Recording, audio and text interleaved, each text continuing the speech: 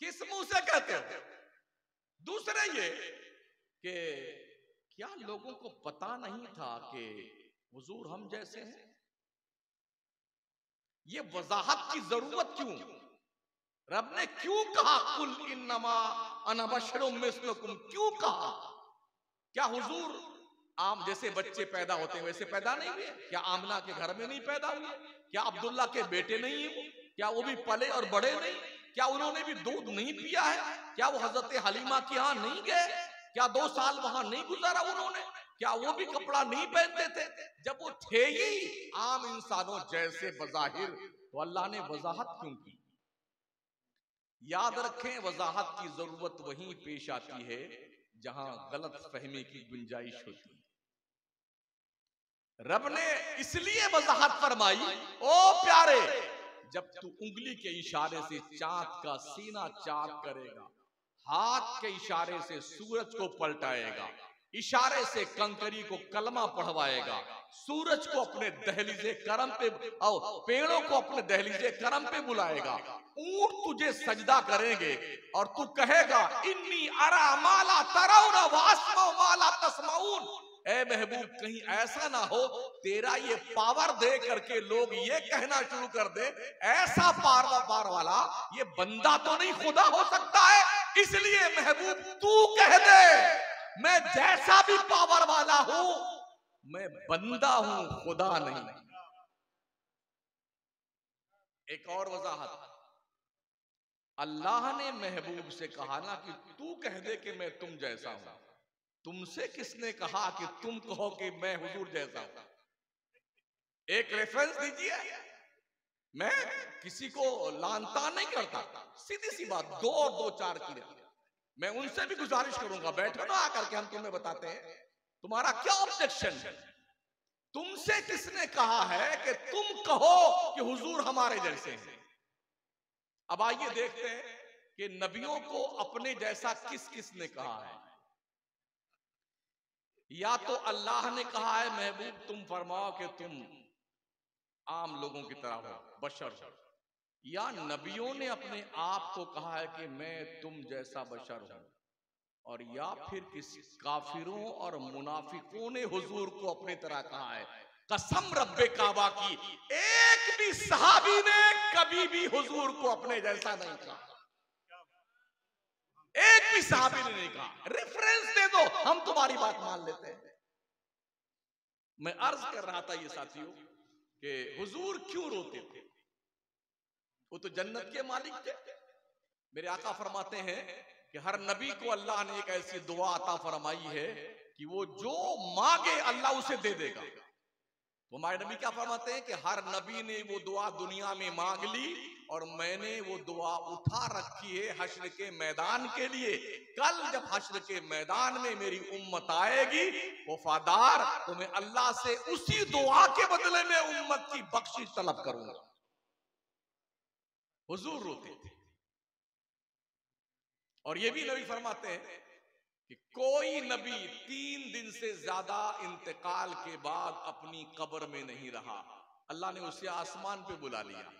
फरमाते जब मेरी बारी आई ना तो मैंने अल्लाह से कह दिया फरिश्ते जाके मेरे रब से कह देना अभी मैं उधर नहीं आऊंगा।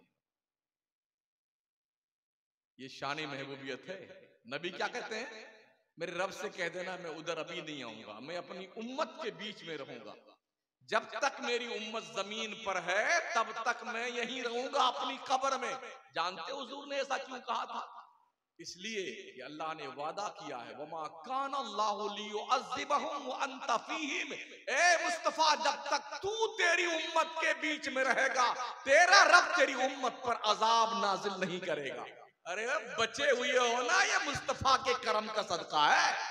हाँ, ये मामला के लाल का सदका है कि बचे हुए हो, वरना इतना जुर्म करने के बाद शक्लें बिगाड़ दी जाती मार करके।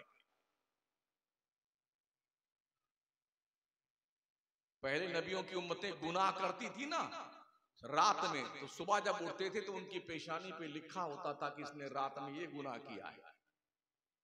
दरवाजे पे लिखा होता था इसने रात में ये गुनाह किया है।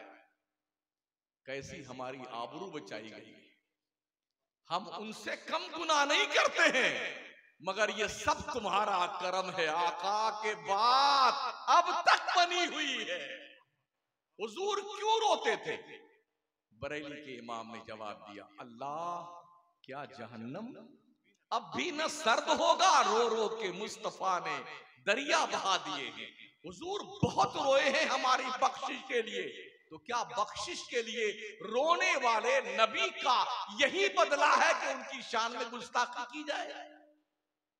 क्या यही बदला है कि उनकी नमाज जो उन्होंने लाकर के तोहफे में हमें दी है, जो हमारे नबी की आंखों की ठंडक है, वो नमाज ना पढ़ करके झूठे जन्नत के दावेदार बने बैठे रहे? क्या यही इसका मकसद है?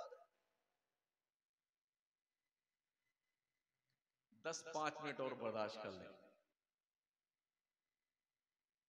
हमारे हुजूर बहुत खूबसूरत थे,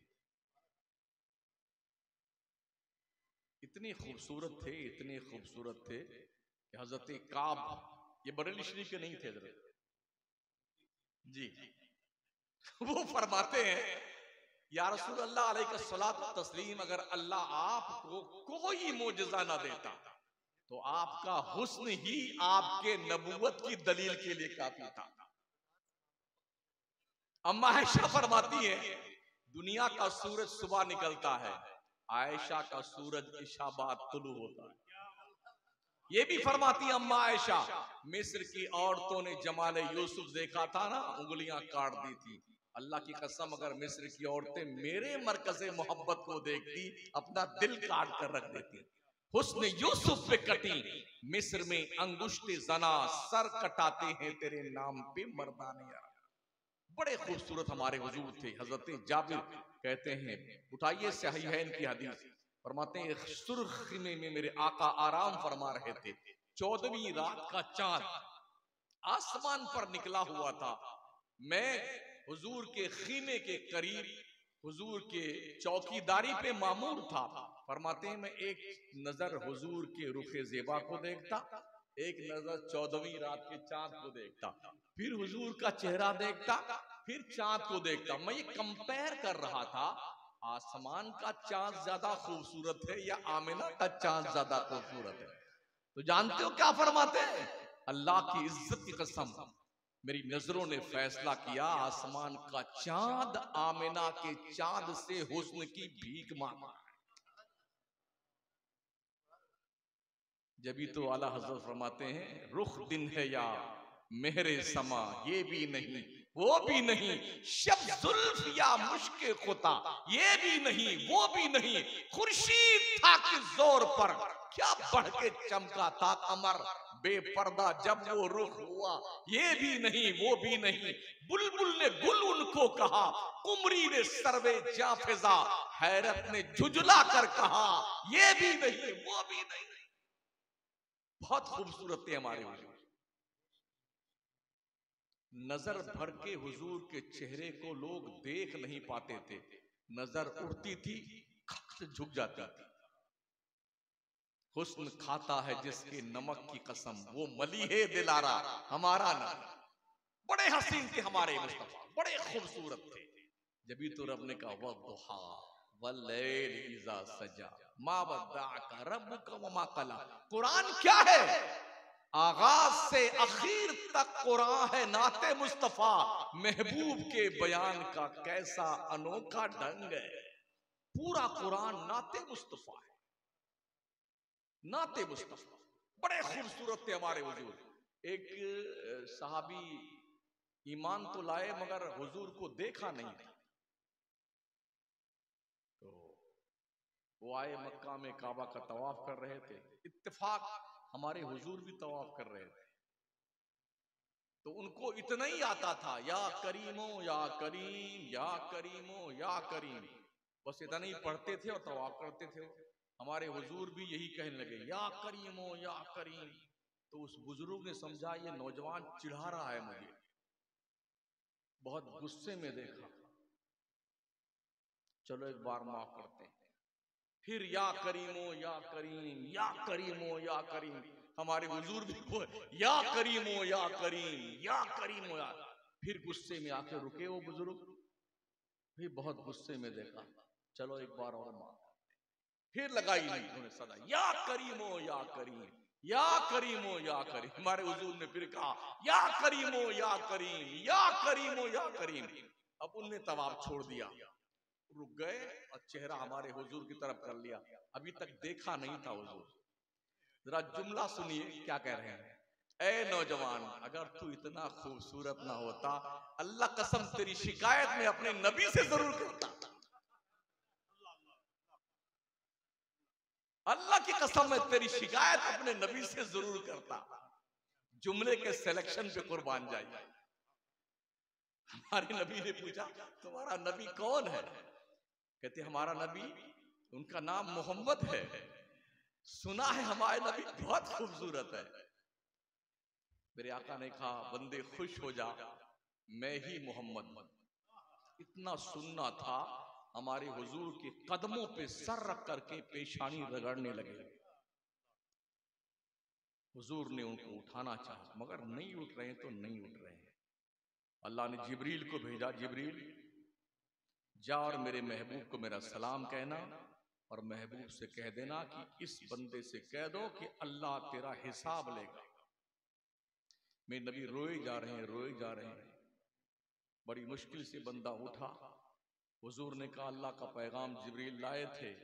अल्लाह ने कहा अल्लाह तेरा हिसाब लेगा। तो उस बंदे ने कहा अल्लाह मेरा हिसाब लेगा? कहा हाँ यार। अल्लाह ने कहा अल्लाह तेरा हिसाब लेगा। तो कहा अल्लाह मेरा क्या हिसाब लेगा? तो जिब्रील पैगाम लाए कि अल्लाह ने कहा अल्लाह तेरे गुनाहों का हिसाब लेगा। तो उस बंदे ने कहा या रसूलल्लाह अल्लाह मेरा क्या हिसाब लेगा? कहा अल्लाह तेरा हिसाब लेगा। तो कहा मैं भी अल्लाह का हिसाब ले लूंगा। बंदे ने क्या कहा? मैं भी अल्लाह का हिसाब ले लूंगा। जिब्रील फिर दौड़े, अल्लाह क्या, या अल्लाह बड़ा जिद्दी बंदा मिला, वो तो कह रहा वो तेरा हिसाब ले लेगा। अच्छा जा जिब्रील मेरे महबूब से पूछ कि उस बंदे से पूछें कि वो अल्लाह का क्या हिसाब लेगा। फिर जिब्रील आए, सलामी पेश की, कहा या रसूलल्लाह इस बंदे से पूछिए, अल्लाह ने पूछा है कि अल्लाह का क्या हिसाब लेगा। तो हुजूर ने कहा बंदे अल्लाह ने पूछा है तू अल्लाह का क्या हिसाब लेगा। तो उस बंदे ने क्या कहा, या रसूलल्लाह अल्लाह से पूछो अल्लाह मेरा क्या हिसाब लेगा, अल्लाह मेरा क्या हिसाब लेगा। तो हुजूर ने कहा अल्लाह तेरे गुनाहों का हिसाब लेगा।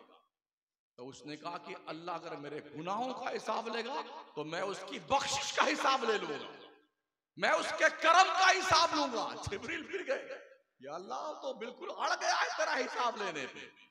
अल्लाह ने कहा जा मेरे महबूब से कह दे कि उस बंदे से कह दो दोनों समझौता कर लेते हैं, न मैं तेरा हिसाब लूंगा और न तू मेरा हिसाब ले। बरेली के कलंदर ने कहा करीम अपने करम का सदका लई में बेकदर को न शर्मा, तू और रजा से हिसाब लेना, रजा भी कोई हिसाब में है। खूबसूरती, क्या मोहब्बत, क्या अकीदत है सहाबा की हुजूर से, किस तरह हुजूर से प्यार करते थे। उर्वा कहते हैं जब तक ईमान नहीं लाते सुलह हुदैबिया के मौके पर हुजूर वजू फरमाते थे तो कोई कतरा जमीन पर नहीं गिरता था, सहाबा लेकर के उसे चेहरों पे मलते थे, सीने पे मलते, पी लेते थे। हुजूर थूकते थे तो सहाबा अपने हथेली पे रख के चाट लेते थे। तुम लोग बहुत मोहब्बत करते हो, अल्लाह से ज्यादा मोहब्बत करते हो। अल्लाह से ज्यादा मोहब्बत नहीं करते हैं, जितना अल्लाह ने कहा उतना मोहब्बत करते हैं।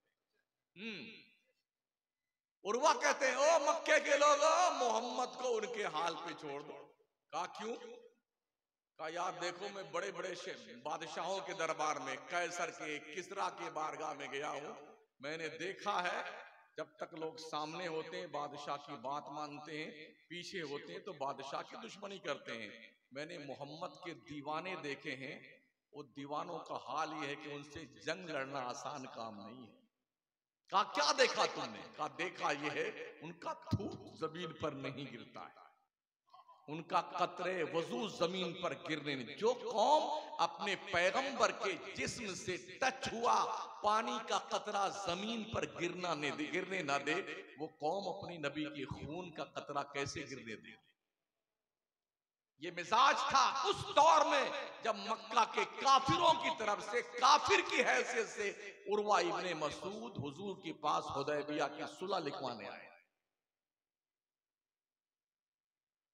तो हुजूर इतने अच्छे, इतने प्यारे, इतने पाकीज़ा, इतने खूबसूरत, कम से कम हुजूर से मोहब्बत करना तो सीखो यारो। मोहब्बत अताअत की मुक्तजी होती है। ऐसी मोहब्बत किसी काम की नहीं जो हुजूर की पैरवी से खाली हो। हम भी इसी मुल्क में रहते हैं, जब जुलूस निकलता ना मिलाद नबी का, हमारे नौजवान दोस्त, बच्चे, भाई, हरी हरी पट्टियां, उसी पे तलवार बनी होती है, ला इलाहा इल्लल्लाह लिखा होता है, नारे तकबीर, अल्लाह अकबर, ऐसे पेशानी पे बांध लेंगे, एक पट्टा हाथ में यहां बांधेंगे, यहाँ देखो मेरे नबी की शान, बच्चा बच्चा है कुर्बान में झूठा। जोहर गायब है, असर चली गई, मगरिब चली गई, इशा गायब। कैसा पागल, कैसा दीवाना है। हुजूर की लाई हुई नमाज से मोहब्बत नहीं, सिर्फ झंडा लगा के मोहब्बत दावा करता है। हमारे हर जुलूस का यही अंजाम है।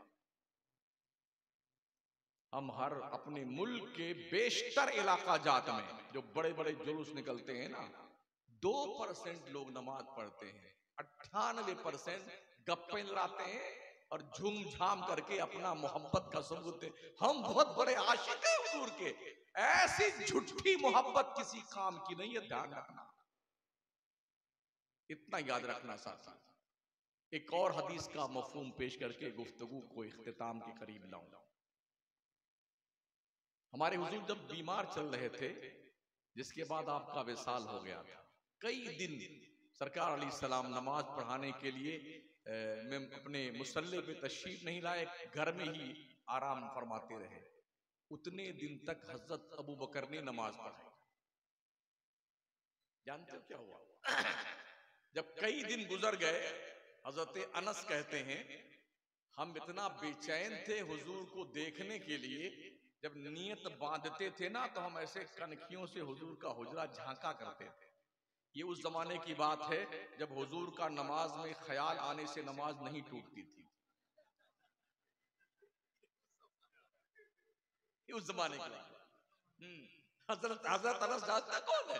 जिन्होंने हुजूर की खिदमत 10 साल तक की है और फरमाते हैं कि इस 10 साल में मेरे नबी ने कभी उफ तक नहीं कहा मुझे।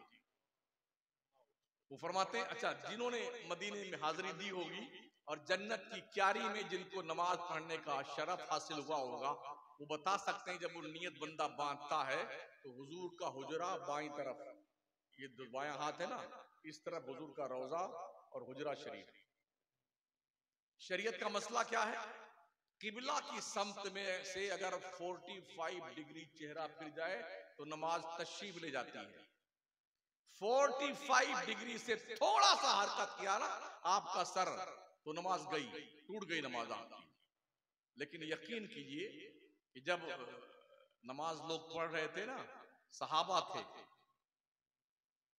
नियत बांधे थे हजरत अबू बकर के पीछे, पढ़ रहे थे नमाज अल्लाह की, मुंह मेरा काबा शरीफ की तरफ, और जब दिल में तड़प पैदा होती हुजूर का हुजरा देखते थे। हजरत अनस कहते हैं जब हमारा शौक ज्यादा बढ़ा तो एक दिन करम किया अल्लाह ने, तो हुजूर सल्लल्लाहु अलैहि वसल्लम ने अपने हुजरे का पर्दा सरकाया। तो फरमाते हैं ऐसा लगा मेरी मेराज हो गई। बोले हम सब उस वक्त देख रहे थे, हुजूर ने जब पर्दा सरकाया तो क्या जुमला देखिए, कहीं हमें ऐसा लगा जैसे कुरान का वरक खुल गया हो। कुरान का वरक, हुजूर का दोनों चेहरा, गाल शरीफ, हजरत अनस कहते हैं जैसे कुरान का वरक खुल गया होगा। फिर फरमाते हैं हजरत अनस, हमें इतनी खुशी हुई कि हम नमाज में बहुत सारे सहाबी कूदने लगे और रास्ता खाली कर दिया कि हुजूर तशरीफ ला रहे हैं। हुजूर तशरीफ ला रहे हैं, ये एक्टिविटीज चालू है और नमाज भी चालू है। हजरत नमाज भी चालू है, वो भी जमशेदपुर की मस्जिद में नहीं, मस्जिद नबवी शरीफ में, वो भी जन्नत की क्यारी में।